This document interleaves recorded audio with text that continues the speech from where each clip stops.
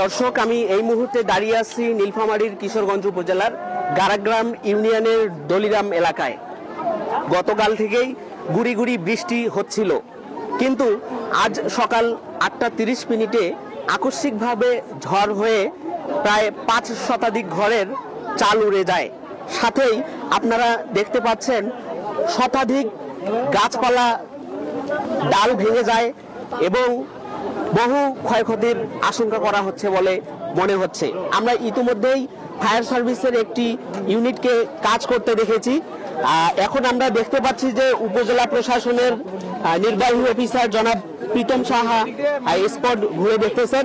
আমরা একটু ওনার সাথে কথা বলার চেষ্টা করব। স্যার, আজকের এই ক্ষয়ক্ষতি আপনি কিরকম ভাবে দেখছেন এবং কিরকম প্রস্তুতি কার্যক্রম নিচ্ছেন কিনা? আমরা আসলে খুবই বিস্মিত আর কি। হঠাৎ করেই কোনো ধরনের কোনো পূর্বাভাস ছাড়াই আজকে সকালে এই এলাকার উপর দিয়ে যে ঘূর্ণিঝড় বয়ে গেছে, এতে আপনারা দেখতে পাচ্ছেন এখানে যে ক্ষয়ক্ষতিগুলো হয়েছে, এটি আমরা জানার সাথে সাথেই স্থানীয়ভাবে আমরা ফায়ার সার্ভিসের সাথে যোগাযোগ করে আমরা ফায়ার সার্ভিসকে এইখানে কিন্তু রাস্তাগুলো পরিষ্কার করা যাতে যাতায়াত সুবিধাজনকভাবে থাকে এবং যে বাড়িঘরগুলো ক্ষতিগ্রস্ত হয়েছে সেগুলো যাতে দ্রুত যারা আহত হয়েছেন তাদেরকে উদ্ধার করা যায় সে ব্যাপারে আমরা বিভিন্ন স্বেচ্ছাসেবী সংগঠন, যুব সংগঠন সহ স্থানীয় যারা তাদের কাছে আহ্বান জানিয়েছি।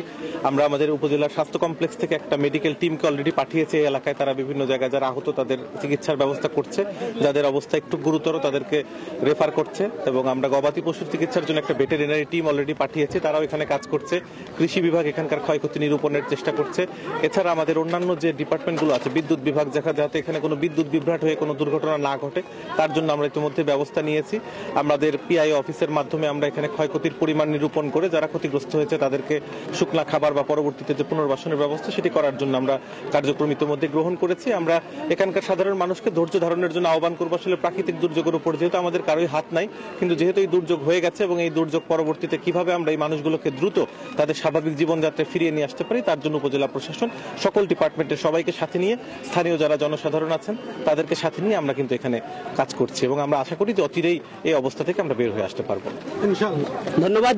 দর্শক, আপনারা যেমনটা শুনছিলেন, আজকের এই পরিস্থিতি আকস্মিকভাবে হওয়ায় এর কারো কাছে এর হাত নেই, কিন্তু উপজেলা প্রশাসনের পক্ষ থেকে বলা হচ্ছে সকল কার্যক্রম সচল করতে, যেমন স্বাস্থ্য, সড়ক বিভাগ থেকে কৃষি যত কার্যক্রম আছে সবগুলো সচল করতে যা করা লাগে প্রয়োজনীয় ব্যবস্থা কিন্তু নিচ্ছেন।